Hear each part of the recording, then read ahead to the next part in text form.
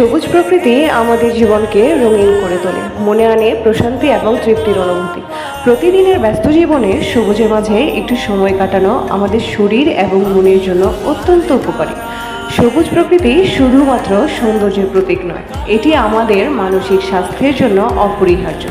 যখন আমরা সবুজ প্রকৃতির সান্নিধ্যে থাকি, তখন আমাদের চিন্তাগুলো হয় স্বচ্ছ এবং আমরা জীবনের প্রকৃত অর্থ খুঁজে পাই। সবাইকে শুভ দুপুর। আশা করি সবাই ভালো আছেন।